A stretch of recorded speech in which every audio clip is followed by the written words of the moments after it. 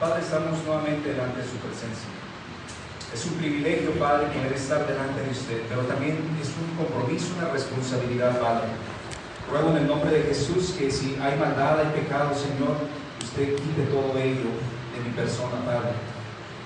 Como decía ese himno de hace un momento, Padre, que usted llevó todo a través de esa cruz. Ese pecado que yo merecía, que necesitaba ser castigado por ello, usted llevó el pecado en su persona. Y el instrumento usado fue la cruz. Así que, Padre, en el nombre de Cristo, no solamente a mí, sino a cada uno de los presentes, si hay pecado, Señor, si hay maldad, desobediencia, no sé qué es lo que pueda haber en los corazones y en las vidas de cada uno de los presentes, pero usted sí lo conoce, Padre.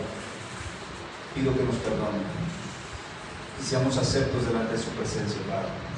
Queremos compartir su mensaje en el nombre de Jesús. Queremos ser usados a través del Espíritu Santo, el cual mora en nuestras vidas, porque cuando recibimos a Jesús como el Señor y Salvador de nuestras personas, la palabra es clara cuando dice que somos sellados con el Espíritu Santo de la promesa. Esas son las arras de la garantía, Señor. Y confío en que el Espíritu Santo está en nuestras vidas, Padre, para redarguirnos, para exhortarnos, para confrontarnos incluso también cuando hemos fallado. Luego por el mensaje, Padre, para que me use de la mejor manera, Señor, necesito de su presencia, de su plenitud, Padre, para poder compartir esta enseñanza. Y que la iglesia, Padre, esté despierta no solamente físicamente, sino espiritualmente a recibir su palabra. Porque oro únicamente en el nombre de Jesús. Amén.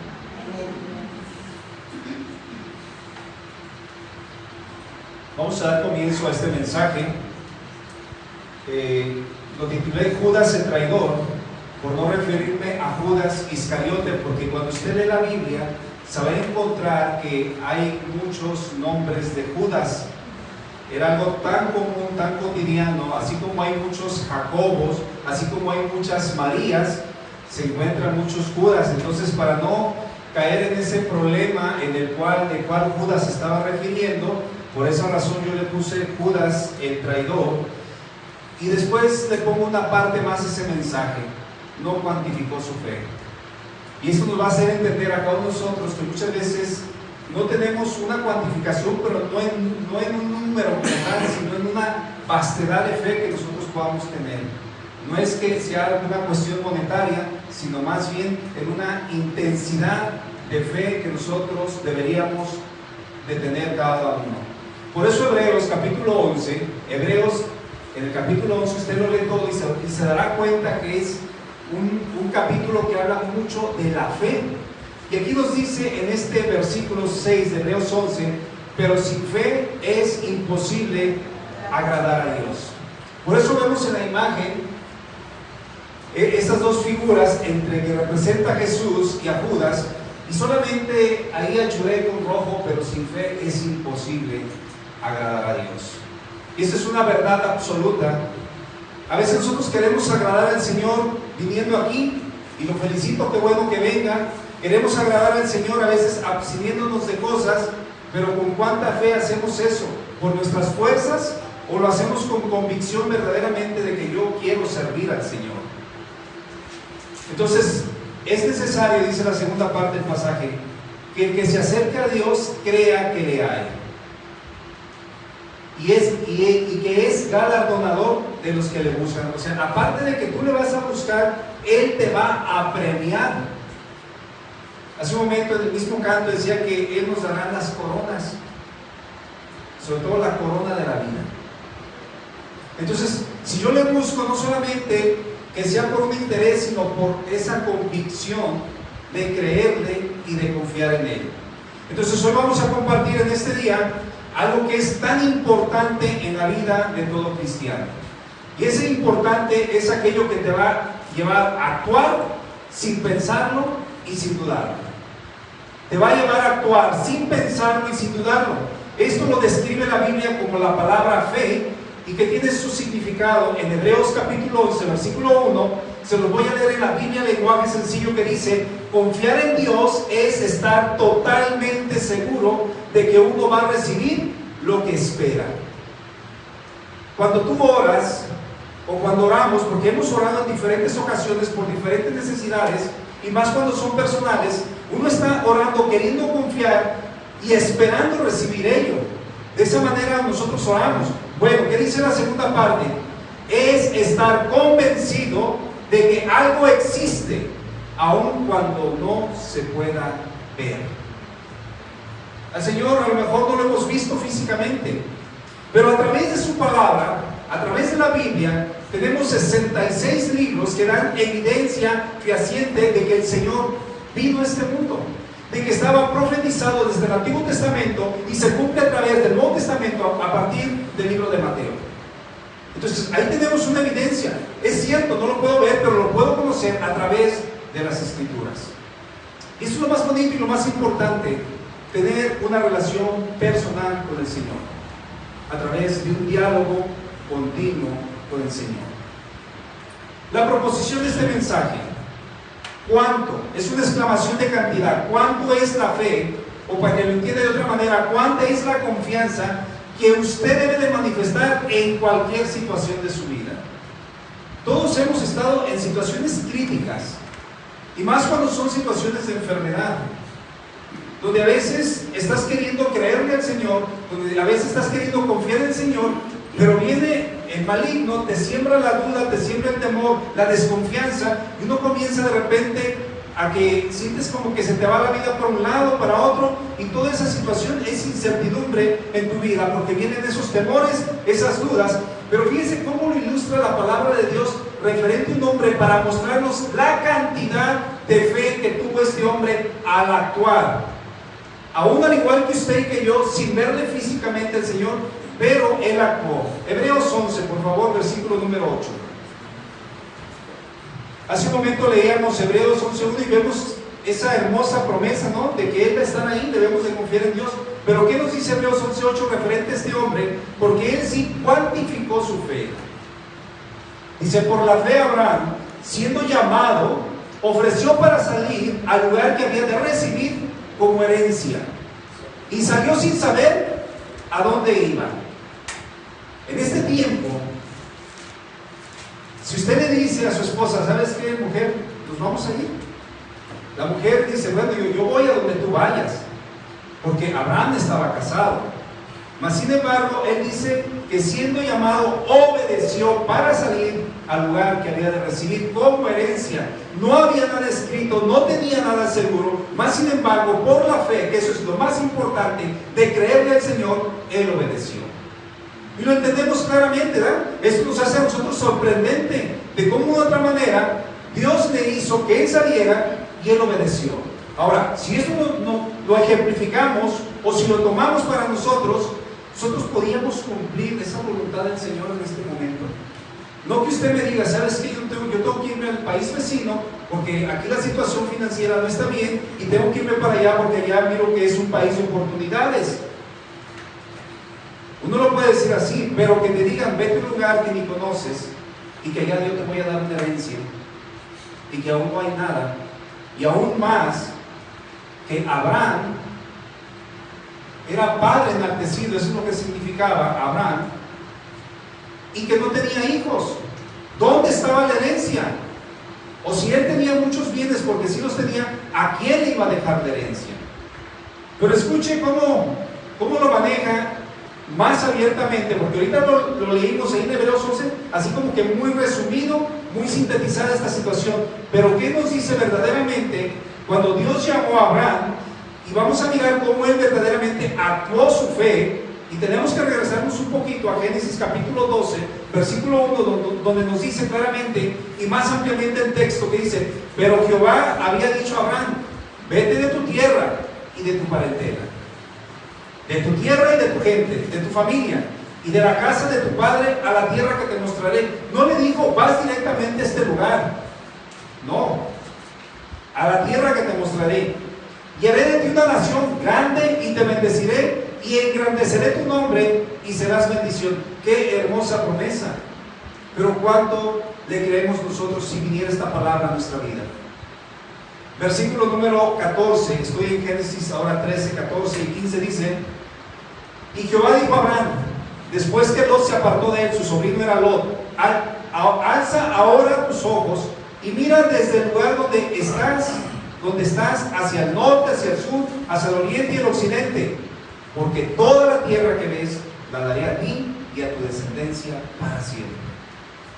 El Señor te va a llevar a ese lugar, aún sin que tú sepas, pero cuando ya estés precisamente en el lugar indicado donde Dios te va a usar, Él te va a decir: voltea para todos lados, porque el lugar que tú pisas, ese es tu territorio. Y eso nosotros debemos de creer. Si el Señor lo trajo hasta este lugar, si usted no era de aquí, o si lo trajo a esta iglesia, Dios quiere dar bendición. Dios quiere bendecirte. Necesitamos estar en el lugar correcto, en el momento oportuno, mis hermanos. Pero para ello hay algo muy, muy importante: fe, creerle, confianza, dependencia del Señor absoluto. Y para ello vamos a mirar únicamente entonces un solo punto, pero traigo 4 subpuntos. Judas no supo cuantificar su fe en Jesús, el Hijo de Dios. Todos sabemos quién es Judas, incluso lo sabemos por la misma palabra y cómo lo han hecho o ejemplificado en las películas. Y nos han hecho sentir que sentimos como un repudio, ¿no?, hacia ese personaje, aun cuando vemos películas. Bueno, pues Judas Iscariote normalmente nos recuerda una sola cosa: traición hacia Jesús. Y así ya lo etiquetamos: es un traicionero. Espero que a nadie nos hayan puesto por ahí o nos hayan etiquetado con algo, porque yo creo que no sería muy grato, ¿no? Porque a Judas fue una persona que traicionó a Jesús, pero él fue uno de los 12 discípulos que vivieron con Jesús y lo siguieron durante 3 años. Imagínense vivir con el Señor 24 horas al día, 7 días a la semana. Yo pienso que fue una experiencia muy grata, muy agradable. Además, Judas presenció todo el ministerio de Jesús, sus enseñanzas y sus muchos milagros que hizo. Todo eso lo presenció Judas. Pero le faltó algo a este varón, y que podemos decir que él terminó siendo el malo y el más despreciado por la humanidad. Aunque puedo decir que ni él mismo a lo mejor lo sabía, en la magnitud de su mala decisión por su falta de fe. Él tomó una mala decisión al término, podemos decir, de los días de nuestro Señor Jesucristo, pero a lo mejor él ni cuenta se daba que era esa persona, que era el que iba a traicionar al Maestro. Entonces esto me lleva a mi primer subpunto: Judas no tuvo un llamado personal. Hemos cantado en muchas ocasiones: Señor, tú me llamas por mi nombre, desde lejos. Y esto es cierto, hermanos, el Señor nos llama. Si usted escudriña la palabra de Dios, nos daremos cuenta que el Señor llamó a sus discípulos, y algunos fue un llamado muy personal, muy de cerca. Y le pongo un ejemplo: Pedro y Andrés. Mateo capítulo 4, versículo 18 al 20, dice: andando Jesús junto al mar de Galilea, vio a 2 hermanos, Simón, al que le iba a cambiar el nombre de Pedro, porque dice llamado Pedro, y Andrés su hermano. Dice: echaban la red en la mar, porque eran pescadores. Ese era su oficio de estos varones. Versículo 19: y les dijo: venid en pos de mí, y os haré pescadores de hombres. A mí hay algo que me gusta, hermanos, y yo lo he pensado muchas veces, que cuando te metes a estudiar mucho lo que es teología y tantas materias que uno estudia, yo de repente comenzaba a pensar: bueno, como este tipo de ejemplos tan sencillos, el Señor no le dijo: y te voy a enseñar a piscar el trigo o algo. No, el Señor le habló en su mismo lenguaje a Pedro: te haré pescador de hombres. Porque lo entendía, él sabía lo que era pescar. Y de repente a mí, digo, a veces hay cosas tan complicadas para poder entender los pasajes bíblicos, que nos meten a estudiar muchas materias, pero que sí nos sirven. Pero aquí yo quiero un mensaje sencillo y claro para la vida de Pedro en su llamado. Versículo 20: Ellos entonces, dejando al instante las redes, le siguieron. ¿Qué me demuestra esto cuando dice que dejaron al instante las redes y le siguieron? Yo puedo mirar algo muy importante. Fe, porque Jesús estaba comenzando su ministerio, no traía fama todavía detrás de él. Fe y obediencia, dos cosas tan importantes. A nosotros cuando nos presentan el plan de salvación y se activa nuestra fe, de todas maneras no le seguimos como deberíamos de seguirle. No la pensamos dos veces. Usted vea la vida de Abraham: vete de tu tierra y tu parentela a la tierra que yo te mostraré. Fe y obediencia. Vámonos. Entonces, ¿qué nos hace falta a nosotros para poder seguirle, para poder ir detrás de él, para obedecerle, para amarle, para hacer su voluntad? ¿Qué nos hace falta? Fe y obediencia. Confiar en él. Desafortunadamente anteponemos muchas cuestiones. Bueno, a diferencia de Judas, no se nos da mucha evidencia de su llamado personal, como también de algunos otros discípulos. Pero ello no quiere decir que no fuera llamado o útil para el ministerio, ya que Jesús, para elegir a sus 12 apóstoles, la palabra nos dice que él pasó toda la noche orando por ellos. Sin embargo, los evangelios sinópticos, ¿cuáles son los evangelios sinópticos? Mateo, Marcos y Lucas, que lo ven todo en conjunto. Escucha cómo lo describe desde un principio, ¿sí? Mateo 10:4, cuando fue llamado o cuando escogió a los 12 discípulos, dice: Simón el cananita, y luego dice: y Judas Iscariote, el que también le entregó.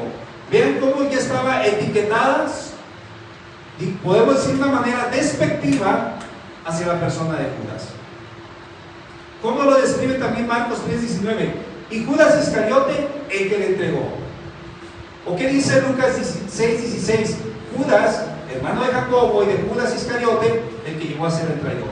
Si usted se da cuenta, por eso dije que son los 3 evangelios sinópticos. Ellos recaban la misma información y lo manejan diferente, a excepción del evangelio de Juan. Y los 3 compaginan diciendo la misma de Judas. Entonces, su llamado no fue personal, pero cuando fue elegido dentro de los 12, el Señor pasó orando toda la noche para nombrar a sus 12 discípulos. Pero ¿saben qué es lo más importante de este subpunto? Es que Jesús seleccionó hombres comunes para que fueran sus discípulos, y eran una mezcla de la procedencia, o sea, del lugar donde venían y de sus personalidades. Jesús escogió esto. No importaba dónde vengas tú, dónde venga él, ni su tipo de personalidad. Pedro era colérico, sanguinario, explosivo, ¿sí? Mas sin embargo, así lo agarró. Le interesó su personalidad. Así que si tú dices: es que yo soy muy violento, es que yo me prendo a la primera, el Señor así te escogió. Que yo soy muy manso, muy pasivo, muy retraído, el Señor así te escogió. Escogió hombres comunes para edificar, ¿saben qué? Su iglesia, para enseñar el mensaje de salvación y para servir a otros en amor. Aunque a veces nosotros no nos sentimos útiles para servir a Cristo con esa eficacia, pero juntos podemos formar un grupo fuerte, capaz de servirle a pesar de todo. ¿Ustedes creen que su servidor podría hacer todo aquí? No. Cada uno de ustedes cumple un papel muy importante dentro de esta iglesia. Por eso últimamente he exhortado, hermanos, si no estás en un ministerio, enlístate en el ministerio del Señor. Cualquier función que tú tomes es tan importante para el Señor y para la iglesia, hermanos. Entonces ellos, ese grupo, fue capaz de servirle a pesar de todo. Entonces, seamos pacientes para aceptar las diferencias entre la gente de su iglesia. A veces sí nos podemos molestar, pero hay que ser pacientes. A lo mejor el hermano no tiene las mismas habilidades que tú, a lo mejor él tiene otras, y en esa área él se va a desenvolver. Seamos pacientes con la gente de la iglesia y construyamos una diversidad de capacidades que las podamos presentar a la iglesia, hermanos. Eso es lo más importante. El Señor fue lo que hizo. Cada uno de ellos estaba de diferente procedencia, diferente personalidad, pero esos 12 Dios los usó de una otra manera. Y aquí estamos, a través de esos 12. Ahora, Jesús supo sobrellevar todo, en especial a Judas, a pesar de otra cosa más que hizo Judas, que hizo Jesús. Sin embargo, dice, él se refirió de Judas de esta manera. Jesús ya sabía desde un principio, ¿y saben por qué? Porque Jesús es omnisciente. Él sabe todo. Él sabe lo que tú estás pensando. Él sabe lo que vas a hacer un rato más. Él sabe si vas a glorificar su nombre o vas a ofender su nombre. Jesús lo sabe todo. Y Él se refirió de esta manera de Judas. Juan capítulo 6, versículos 70 y 71. Jesús le respondió: ¿no os he escogido yo a vosotros 12? Y uno de vosotros, dice, es el diablo. Y uno de vosotros es diablo. Hablaba de Judas Iscariote, hijo de Simón, porque este era el que iba a entregar o entregar. Jesús ya lo sabía, hermanos. De una otra manera, el Señor ya te escogió y ya nos escogió. Lo difícil sería es que tuviéramos la segunda parte de este versículo 70, y uno de vosotros es el diablo. No me gustaría un título de esa manera, porque no se pedía honorífico. No. Sin embargo, dice, porque este era el que había de entregar, y era uno de los 12. Y era uno de los 12. ¿Sabes con qué me quedo de esta enseñanza de Jesús? ¿O con qué se queda usted o debería de quedarse? Que no lo podemos engañar. Judas no lo pudo engañar, a pesar de que estuvo con él 3 años. Gálatas capítulo 6, versículo 7 nos dice: no os engañéis, Dios no puede ser burlado. Estarás aquí, qué bueno, mi hermano, pero espero que estés para servirle al Señor, que cuantifiques la fe que debes de tener en el Señor. Está aquí, pero con todo ese compromiso, con toda esa responsabilidad delante de Dios. Santiago, cuando escribe esta carta, el apóstol Pablo a los Gálatas dice: no os engañéis, Dios no puede ser burlado. Todo lo que el hombre sembrare, eso también segará. Y dice el versículo 8, la parte A: porque el que siembra para su carne, de la carne segará corrupción. ¿Qué es lo que estás haciendo con tu vida? ¿Qué es lo que estaba haciendo Judas? Al final lo veremos qué es lo que hizo y cómo terminó. Pero todo lo que tú siembres, eso vas a cosechar. Y aquí no se utiliza la palabra karma, porque no existe. Podamos entender que lo que yo siembro, eso recojo. De la abundancia de mi corazón habla la boca. Yo no sé qué hay en mi vida, en mi persona, pero de ahí va a salir lo que verdaderamente yo soy. Esto me lleva a mi segundo punto. Su punto: Judas robó el dinero del ministerio.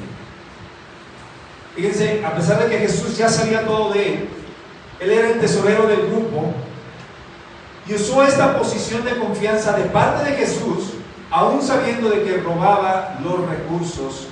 Y esto lo vemos en esa ocasión que Jesús fue a Betania, donde estaba con Lázaro, el que había estado muerto, y le hicieron allí una cena.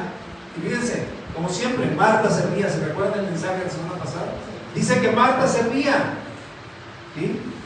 Como que ese era su ministerio, no el servir. Y Lázaro dice que estaba sentado a la mesa con él. ¿Con quién? Con Jesús.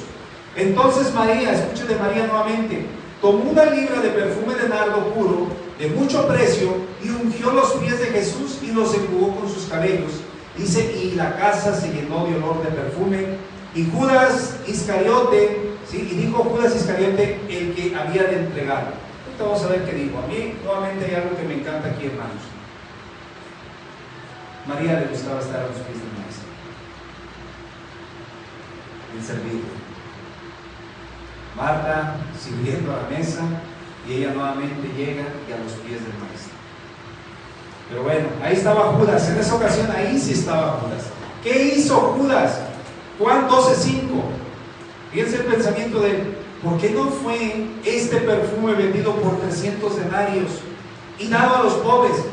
Judas pensando de la mejor manera. Pero dijo esto no porque cuidara de los pobres, sino porque era ladrón y teniendo la bolsa sustraía de lo que se echaba de ella. Por eso le dolió a Judas, porque robaba el dinero, no porque se acordara de los pobres o porque amara tanto a los pobres. Judas Iscariote, no. Entonces Judas usó frases piadosas para ocultar lo que verdaderamente lo motivaba. Pero Jesús sabía lo que había en su corazón. Y la vida de Judas se convirtió verdaderamente en una mentira, en una faceta. Tengamos cuidado. Al Señor no lo podemos engañar ni le podemos mentir. No lo podemos hacer. Entonces, hermanos, voy a hacer esta comparación, pero les digo desde ahorita, la voy a sacar de contexto.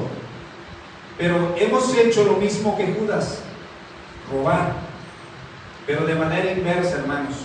Judas tomaba para sí del morralito que traía, donde administraba las finanzas, pero nosotros lo hacemos de manera inversa. ¿Qué es la manera inversa? Cuando debemos de dar, ¿qué es lo que hacemos? A veces nos sacamos. Por eso digo de manera inversa. Y esta es una interpretación propia, ¿sí? Así que, para que no se me vayan a asustar, a veces nos sacamos de nuestro bolsillo lo que le corresponde a Dios. Y te preguntaría, ¿cuánta es tu fe en el Señor? Para creer que Dios te proveerá si tú das. Porque muchas veces pensamos, si quisiera dar esto, pero voy a salir a comprar esto, o mis hijos ocupan esto, y uno de repente dices, pues no lo doy. Por eso digo que lo hacemos a la inversa, ¿verdad? Pero mis hermanos, necesitamos creerle porque Dios va a proveer. Necesitamos desprendernos. ¿Usted recuerda a la viuda? La viuda prácticamente dio todo lo que tenía. Ella no tenía dinero guardado en su casa para decir, bueno, pues doy esto al templo, la monedita más chiquita, pero llegando sé que tengo ahí. Dio toda su manera de vivir.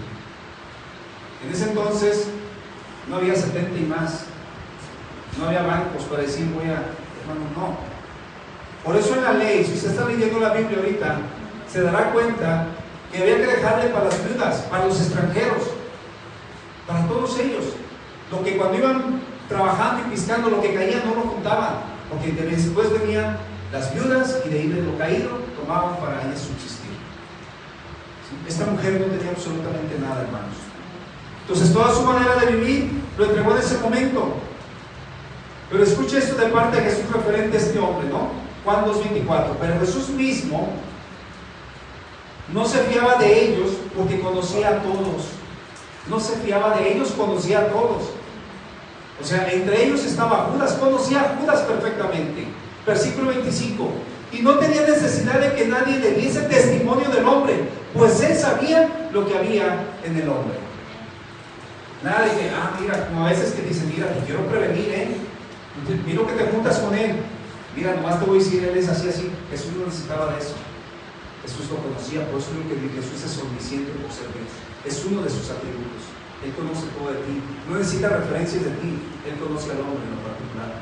Y te conoce a ti y me conoce a mí. Entonces, ¿qué sientes cuando pierdes la confianza en alguien en específico? ¿Cómo te has sentido? Pues medita en esto. Jesús pudo en su momento haber perdido la confianza en ti, en tus actos, ¿sí? Porque tú sufragiste para el pecado en tu propia vida, hermano. Porque Él conoce y sabe lo que tú haces. Imagínense si el Señor se confiara por lo que hacemos. Ya no, estaríamos descalificados. Jesús no confió por lo que hacía Judas, sin embargo lo tenía ahí en ese ministerio. ¿Qué dice Juan 6:64? Pero hay algunos de vosotros que no creen, porque Jesús sabía desde el principio quiénes eran los que no creían y quién le había de entregar. Jesús sabía perfectamente cuánta credibilidad, confianza y dependencia Judas tenía de Jesús. Él ya lo sabía. Por eso sabía quién le iba a entregar al final. Mas, sin embargo, Jesús siempre estuvo al lado de él también. Yo no quiero pensar que Jesús lo discriminó, lo hizo a un lado, lo hacía sentir menos. No, yo creo que Jesús le daba el mismo honor. Lo trataba de la misma manera, con la misma cordialidad que los demás. Esto me lleva a mi tercer subpunto. Judas lo traicionó la noche de la cena. Fíjense, hay algo importante. Yo ayer analizando esto, el apelativo o el sobrenombre de la procedencia de Judas, dicen los eruditos que tienen varias ideas acerca del origen de su apellido.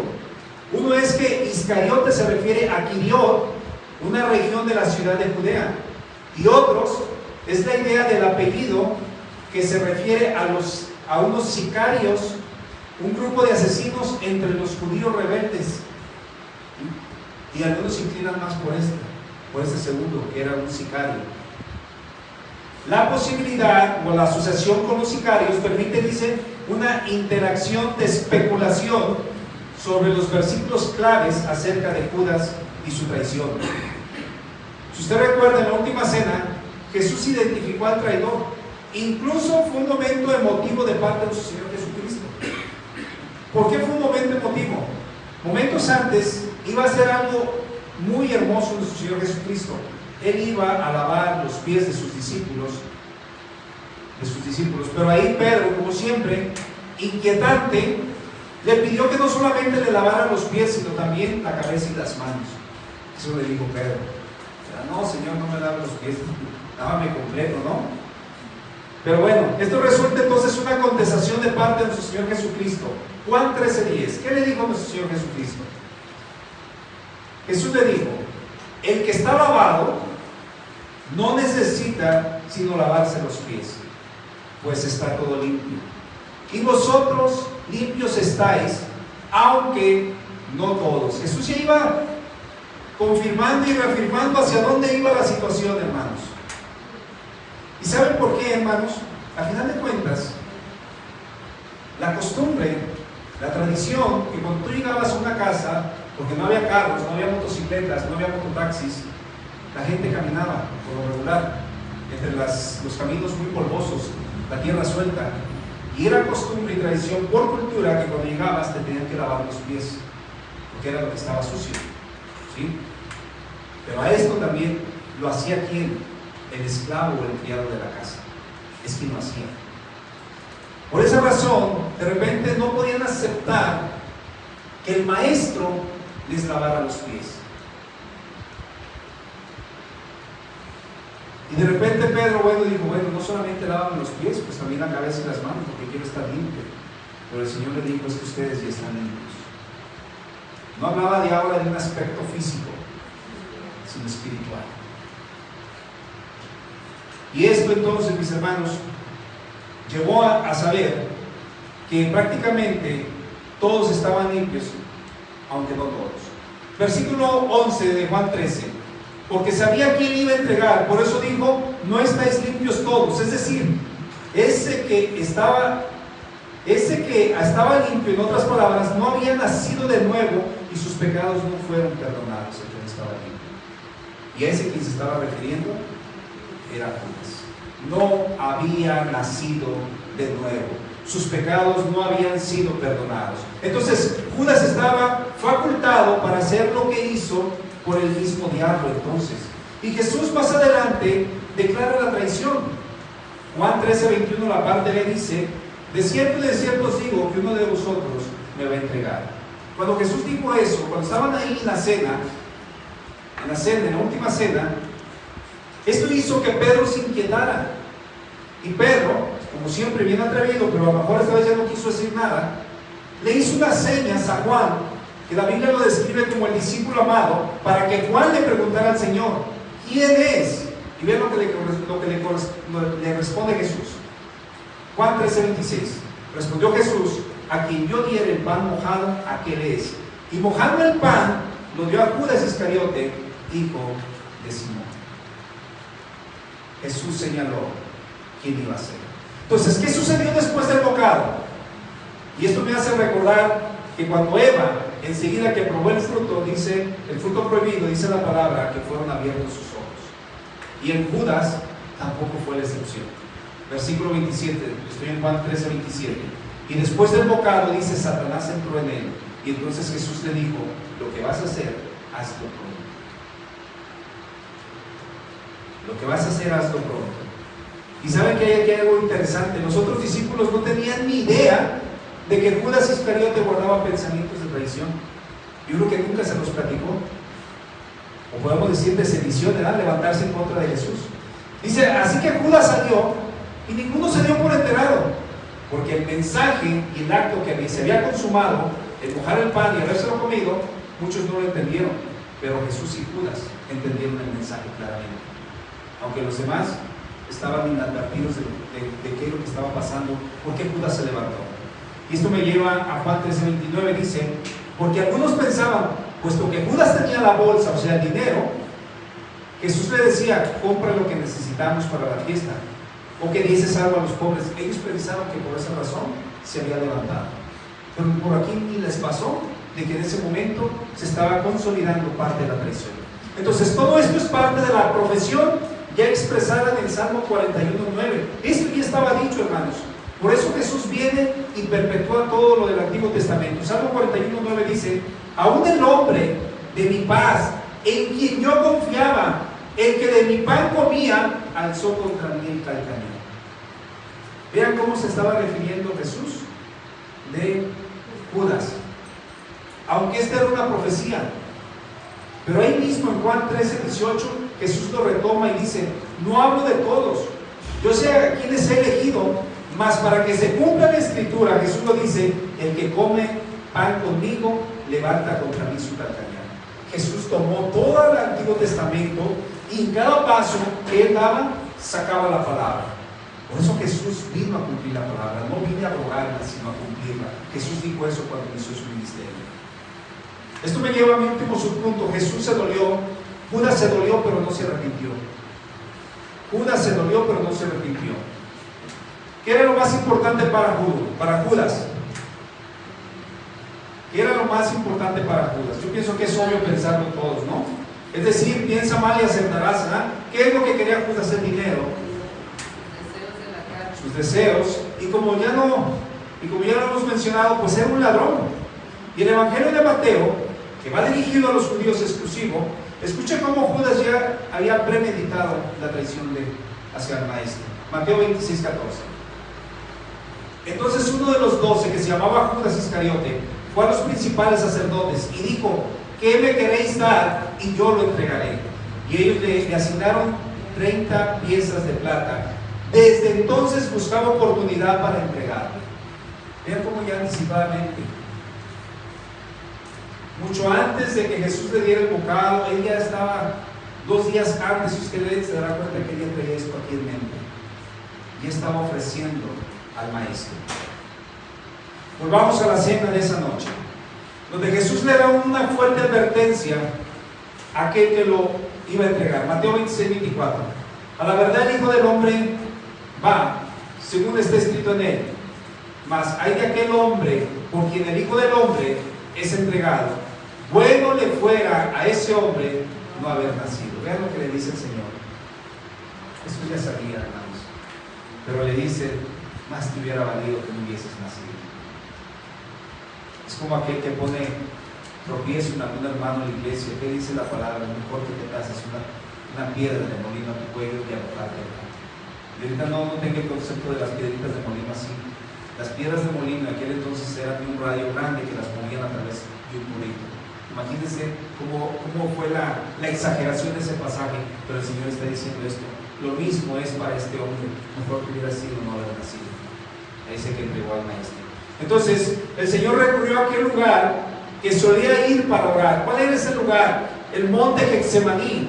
Y también lo conocía Judas, porque en más de alguna ocasión Judas fue con ellos, pero ahí el Señor solamente toma a 3 discípulos, a Pedro, a Jacobo y a Juan. Y ahí comenzó, dice la palabra, a angustiarse y a pedir fortaleza para tomar esa copa. Pero al terminar de orar, dice, llegó una multitud de gente y entre ellos llegó de igual manera Judas Iscariote. Marcos 14:44. Y el que le entregaba le había dado señal diciendo: aquel que yo besare, ese es, prendedle y llevarle con seguridad. Y cuando vino, se acercó luego a él y le dijo: maestro, maestro, y le besó. Lucas 22:48. Jesús le dijo: Judas, con un beso entregas al Hijo del Hombre. La traición perpetuada. Judas Iscariotes no estaba limpio, traicionó al Señor con un beso, fue un descarado hipócrita, pero cuando Judas se sintió mal de su traición por el Señor, dice Mateo 27:3, entonces Judas, que le había entregado, viendo que era condenado, volvió arrepentido con las 30 piezas de plata a los principales sacerdotes y a los ancianos, y diciendo: yo he pecado entregando sangre inocente. Mas ellos dijeron: ¿qué importa a nosotros? Allá tú. ¿Hasta cuándo se dolió Judas? Cuando vio que había entregado, cuando recapacitó que había entregado al Hijo de Dios. Entonces Judas, arrepentido, arrojó las monedas de plata pero no pidió perdón a Dios. No confesó su pecado, lo cayó, y esto me recuerda al Salmo 32:3, que cuando dice: mientras callé se envejecieron mis huesos. Cuando uno no confiesa su pecado, hermano, yo creo que no estás feliz, no hay paz en tu corazón, no es hacer plenitud con el Señor. Pues esa es la manera en que se sentía Judas, como lo menciona David: mientras callé se envejecieron mis huesos, en mi gemir todo el día, todo el día. Judas no cuantificó el valor estimado, el amor, la fe que tenía por el Señor, porque nunca nació de nuevo. Solo se arrepintió, lo llevó a tomar una decisión drástica. ¿Cuál fue la decisión que tomó Judas? Mateo 27:5: y arrojando las piedras de plata en el templo, salió y fue y se ahorcó. Aquí podemos aprender que el remordimiento no es igual que el arrepentimiento. En vez de reparar el daño o pedir perdón, salió y se fue y se ahorcó. Esto me enseña que nunca tomes decisiones en los momentos más vulnerables de tu vida. Cuando estoy siendo influenciado por las cuestiones de la misma vida, no tomes decisiones así. Elías, el profeta, en cierta ocasión él se angustió tanto por prestar atención a un mensaje de parte de una reina, que también se sintió mal. Pero ¿qué me dice Proverbios 1:32 en la Biblia lenguaje sencilla? Sufrirán las consecuencias de sus malas decisiones y de su mala conducta. Si tú tomas decisiones influenciadas por lo que estás viviendo emocionalmente en este estado, y si tú las tomas así, las consecuencias de sus malas decisiones y de su mala conducta acabarán con lo que nosotros hagamos. Dice el versículo 33 de Proverbios 1:32: pero los que me hagan caso vivirán tranquilos y en paz, y no tendrán miedo del mal. Concluye este mensaje. Judas experimentó 3 años al lado de Jesús, aprendiendo y viendo milagros. Sin embargo, nunca entregó su vida. ¿Cuántos hay en las iglesias que tienen muchos años, sin embargo, no hacen nada para Jesús en los ministerios de la iglesia? Su fe se ve insuficiente, falta de amor a su obra, falta de entrega y fidelidad muy fría. Por ello la palabra nos dice en Lucas 18:8, la parte B de este pasaje: pero cuando venga el Hijo del Hombre, hallará fe en la tierra.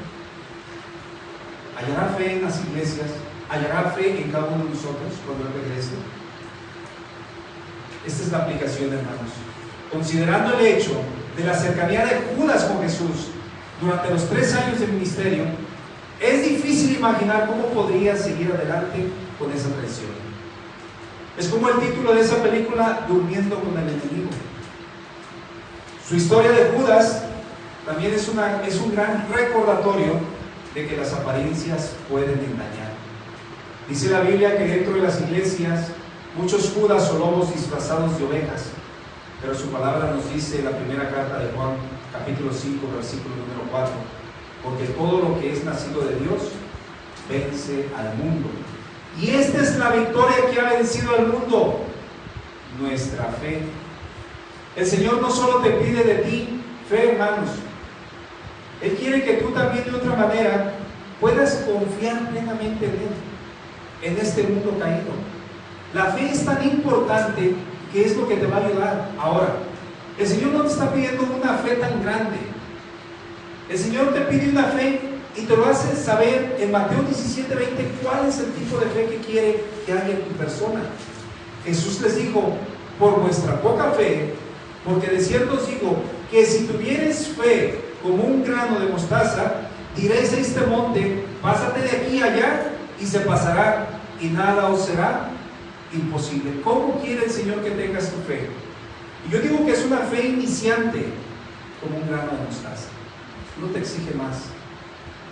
El Señor siempre es tan práctico y tan sencillo y quiere que comiences por el principio, o por lo que te pueda costar menos trabajo. El Señor quiere fe, tan siquiera tan pequeña, pero quiere ver fe en nosotros. Oremos. Padre, te doy gracias por tu palabra.